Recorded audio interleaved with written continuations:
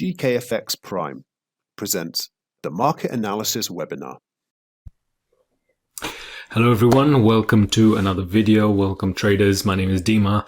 I've got another weekly analysis video for you this week.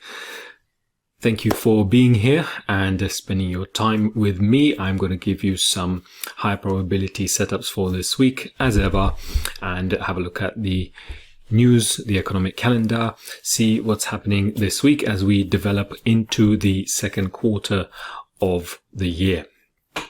Okay, without spending too much time, let's just get on with it and see what we've got this week. All right, Monday, where we're starting off with, we have got the Easter bank holidays across many countries, so it's more than likely to be a slow day. We've got some yen news on consumer confidence there. Not the biggest one for the week. Tuesday we've got retail sales on the euro, and then Wednesday we have the big day.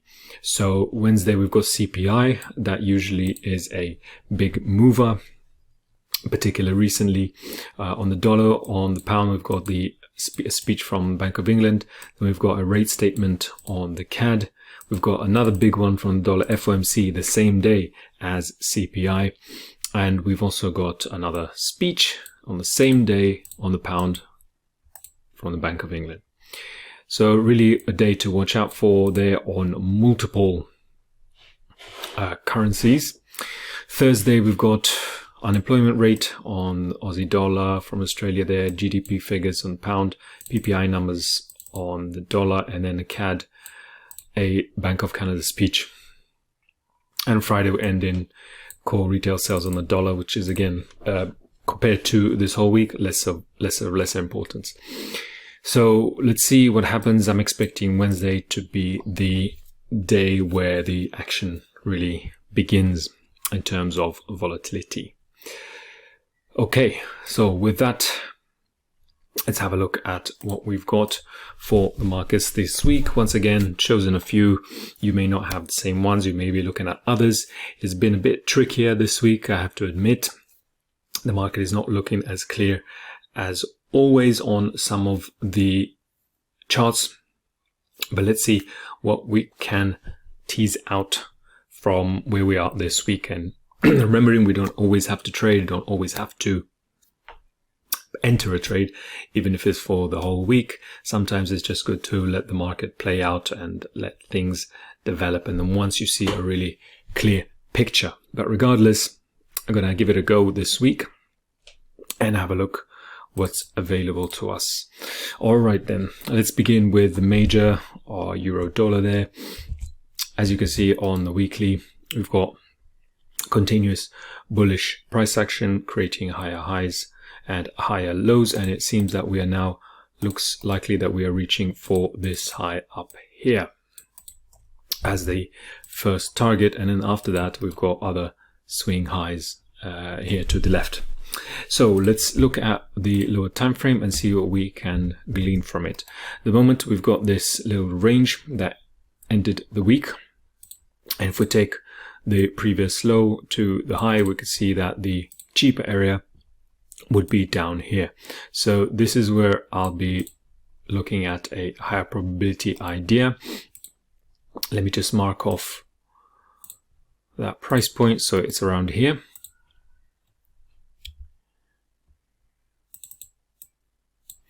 I can remove the fib just to make it clearer. And this is the idea right here. So a drop lower to get a better price, and then continuing to the upside into this 1.104 level.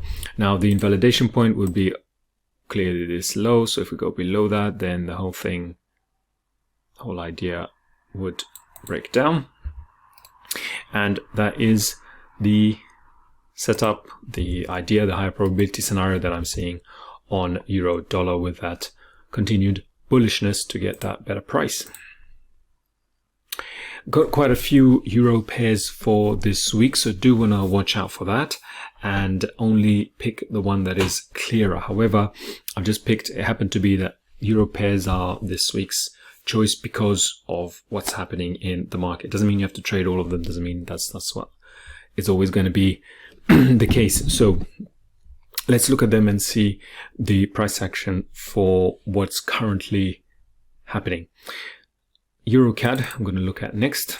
And if I zoom out even on the monthly, you can see the last month closed bullish, and we have the next level to watch for, which is up here. And then if I look at the weekly, you can see we had this range, continued higher, broke higher, and now we are stuck in this sort of point where the market is being indecisive. Now, considering that in the higher time frame it's bullish, then I'm going to keep that in mind, look on the lower time frame, and let's see what happens. So we've had this trend develop, and it looks like, if you want to make it more obvious, a kind of pennant, which is basically a range of the market consolidating, and it's not showing a clear directional bias at the moment at the moment where it is right now. But what we'll do is we'll wait for the market to show its hand. Now, there's two possibilities for how it may do that.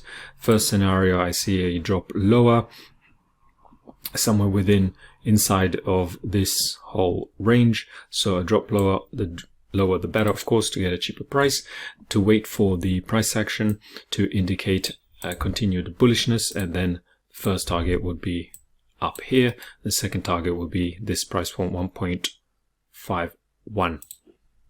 Let's go back to the weekly, and you can see that's the reference point there. So here's the first one.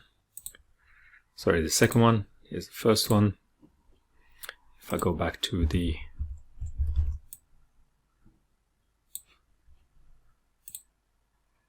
lower time frame, then we've got this area right here, 1.46. Let's see if that's the case, and if it does drop lower. The other option here is this previous high of the week, to take that out, and if it goes higher, then breaks through that, then pulls back to get a better price, then that will be the second way of doing it. So far, because we're stuck in this range, we haven't got clear higher highs to get an entry, then it's not clear as it stands. Remember as well, we've got a big CAD news this week, so I want to let that play out and see how it develops from there. The next one is EURUSD. So let's again have a quick look on the monthly. You can see bullishness here. Looks like we're aiming for this high up here and then the next high up here. And at the moment we're clearly bullish. Looking at the weekly, still bullish, no sign of reversal. So we broke this structure to the left here, came back down in this area and rejected off there. Now we're continuing higher. So you can see the last week closed bullish, engulfing, very clear momentum there to the upside. Looking on the lower time frame, and once again I would be looking here the same sort of scenario as the other two euro pairs. So the idea would be a drop to get a better price and then continuing to the upside. Now I don't necessarily, I'm not going to predict where the price will come to. We've got a level here that I am interested in, and then we'll see if it actually responds to this level when it gets there, and that will be the idea for the better price. And the invalidation point would be the previous low down here. Once we breach that, then I would have to reassess. The next level to look at would be something down here, and if we reassess that lower down, if we get a reaction off here, then this would be the next point where I'd be interested to buy from. Much cheaper area, much better price point, but no idea whether it will get there or not. We just have to plan for the scenarios. So the high probability at the moment on EURUSD is showing to the upside. That's that. Now I'm going to look at another euro pair, and in this time it's euro pound. However, in this case I have a different scenario. In this case I have a bias to the downside. So we've got a contradiction here with the others, and this is why we want to tread more carefully with these euro pairs and pick the one that is cleaner. So again, I'm going to start with the weekly. We can see that this is where I was aiming for, this low down here. And what happened last week? It did move lower, and I was expecting a better price retracement. However, that failed. We just ended up ranging, and we haven't reached that low. So I'm still expecting for that to happen. So let me delete these previous ones from last week, and let me mark the high of the previous week. And I can delete this now because I don't want to get confused, get mixed up with what we were looking at. So here's the overall one target, and then possibly down to this price gap right here. Now, I don't know if it's going to get there, but let's see what happens. I don't expect the market to breach this level if we're going to go lower. And what I would like to see instead is a breach of the last swing, showing continuation, clear momentum to the downside, another swing to get a better price, pull back, and then continue to the downside here at 0.872. And the thought behind that is, looking at the monthly, we are very indecisive at the moment, still showing weakness. Looking at the weekly, still showing weakness, no clear bullishness here, so I do favor the downside. However, the bit to watch out for here is the fact that we've got this range here in the market. We can see we are in overall range. If you take this whole thing, this whole block, so to speak, and we are in a ranging environment. However, if I was gonna pull the trigger on this, it would be to the downside. So let's see how Euro Pound plans out. It's not of the highest probability, not a classically highly probable trade. However, the major move, the force, so to speak, if you want to call it that, is to the downside. So for now, still favoring the sell until we see otherwise. When the market breaks higher here, breaks higher, especially the high of last week. Okay, now let's move on to the next one on the list. So here I've got pound yen. So I did mark pound yen before. Here we've got a last month's candle. So we've got last 3 months have been bullish. We have now reached this area. If I go to the weekly, might be a bit clearer. We have surpassed this high, but not this high up here. So the idea last week was it last week or 2 weeks ago? So I was looking at the lower point for the market to go lower. However, it did not do that. So it just ripped higher. Now, where do we go from here? So let's delete any previous markings just to make it much cleaner, clean up the chart, and yeah, much nicer to look at. Right. So again, here's the monthly. We can see we're stuck in this kind of range. It's pretty unclear at the moment, and it's hard to have a clear picture of where we're going. Now, the question is, are we now in this ending of this retracement phase? So let me just make it cleaner for you. Here's the low, is the high. We've reached the 61, we reached the 78. So is this this whole area where we are going to reverse from and then continue to the downside, or are we going to go higher and in fact reach for this high up here? Now high is the 169.2, something like that. The way going to play this one is look at last week, and here we've got the high, and here I've got the low.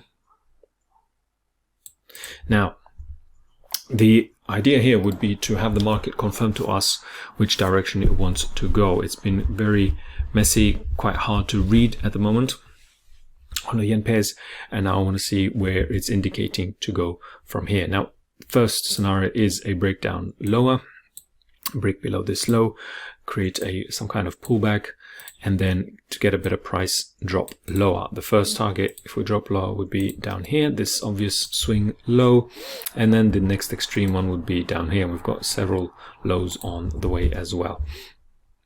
That will be the first idea. If we get that happen, if we get this strong close below, and then the other idea is if we are actually continuing higher and the market wants to go higher, then the break through this level, clean break, strong break, and then pulling back and then moving to the upside. So from about here to here, we've got about 350 pips.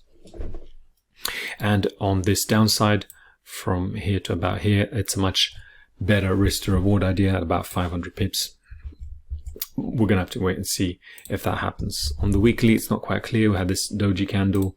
On the daily, also not quite clear where it really wants to go. So let's wait for it to show its hand and tell us what it's going to do. Right now, I would say, as it stands in the beginning of the week, not so clear.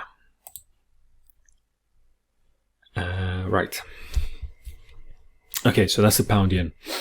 Next, let's look at S&P, another one looked at previously. Here we are. We've got bullish, bullish, bullish weeks. The next week, I'm also expecting bullishness to reach into this high up here as the first level. Looking on the lower time frame, this is what I looked at last week. So as expected, market dropped. We had this big reversal engulfing candle, and we're now heading higher. Let me just remove all of these and let's just start again. So here's that high of the week, here's the low. So I'm not expecting the market to breach this low as we have reversed off here as expected. This would be the invalidation place to look for. Now, with these being the next high and the one up here, then the bullishness is perhaps a little bit, could be short-lived. I don't know where we'll react, here, here, here, here. I'm not quite sure. So it's not very clear, but I do favor the extreme high now that we are going higher. And the next best possible entry to go for that high would be a move higher, coming down to get a better price, and then reaching for this level. Remembering once again, just like the others, we've got major news this week, FOMC, CPI. So the stock market could react to that. And best to see what the reaction is like if you're going to be monitoring it, if you're going to be watching it, and look for an entry. At the moment, you can see that we are, let's call this a range as also a doji. We kind of opened here, we finished here the week, so slightly more bullish, but overall more or less the same here. So the idea, the main directional bias is to the upside, even if it's short-lived, but until we get to this 4200 level and the invalidation here at 4070. Okay, zoom out to the weekly, and here's that first point, and then here's that next swing high up here. Can also see a little gap. If you spotted it, you may have done already. Price gap here. That also, prices gaps tend to be filled in the market, so maybe we'll reach a little bit higher. Oops, to not this one, to fill the gap. So from that perspective, it looks like a better risk to reward idea up here. Let's see where we go and where the market takes us with the news this week. All right. And lastly, as ever, we'll do the crypto. And as you can see, you can probably guess what I'm going to say if you've been with me last week or the week before, because we have not had much change here at all. I have been waiting for a better price. I have been waiting for the market to drop down to create that cheaper price. However, it has not done that. It has ranged yet again, yet another week of ranging price action. You can see that in the weekly candles. We have these indecisive candles. If we look on the lower time frame, we have just been stuck in this indecisive move. And again, I would just be waiting for the same thing to happen. If it happens, another drop, or possibly a drop to these levels. I can mark them here to make it clearer. So these are the two reference points that I am watching out for.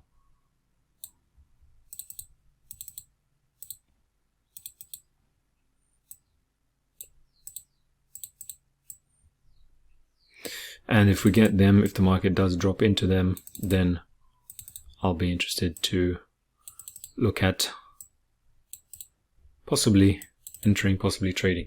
So that range, this unclear range, really don't know what it's going to do afterwards. Will we break higher? Will we go lower? Really, it's not clear. This is really testing the patience of lots and lots of traders, because we've just got sideways price action for 3 weeks in a row now. I would say what this indicates is that a big move is coming, because the longer we range, the longer we stay in this one place, the more explosive usually the move is. So when it does happen, it's more likely to be explosive. Now, if it goes to the upside, then I will just stay on the sidelines and watch to see what happens next until the week closes, and then we'll decide from there. Right now, not really liking it as it stands. Of course, it's quite messy with this sideways action. Yeah, so that's the plan, and going to trade the plan. At the moment, the market has not hit our plan, so then I'm gonna leave this alone inevitably. Well, just gotta be patient, like I was saying in the beginning. Yeah, these are charts for this week. If I was gonna be really picky, I would look at the Euro and the S&P. Those are the ones that I'm favoring personally, but you will have your own. If you do, put them below. Click like and subscribe, and I will interact and we can have a look at your charts. Right, these are the ones for this week. I hope that helps you in your learning and for you to see things a little bit clearer in the market. So thanks very much for joining me. As always, it's another week. We've got plenty more weeks in the year to go. So don't be disheartened if you have to wait, or just be more patient with your setups, with letting the charts come to you. That's what happens. And inevitably, in the long term, it yields better results if you are willing to do that, if you're capable of doing that, because it's waiting. So all about the game of patience. All right. Thanks everyone for watching, for joining me, and I'll see you next week with some more setups, with more of the market outlook. All right. Have a good trading week. Watch out for that news on Wednesday. Multiple bits of news. Really just really take care to preserve your mental capital, your own account capital, and enter and watch the market when the time is right. So not only with the right price, but also at the right time. And that usually happens when we see where the market wants to go after the initial volatility has come into place. Okay, see you guys next week, and bye for now. Good luck trading.